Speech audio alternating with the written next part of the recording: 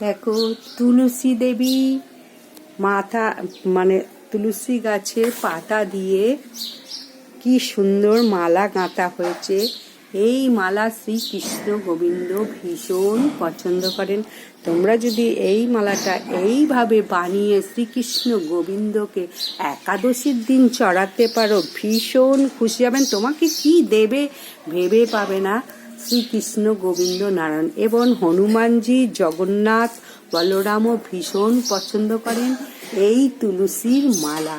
তাহলে এই রকম তুলসীর মালা বাড়িতে নিয়ে এসে অবশ্যই ঠাকুরকে চড়াতে পারো বা নিজে বানাতেও পারো। দেখেছো বানানোটা কি সুন্দর করে পাতা দিয়ে দড়ি দিয়ে বেঁধে বেঁধে সুন্দর করে ডাল কেটে কেটে বেঁধেছে।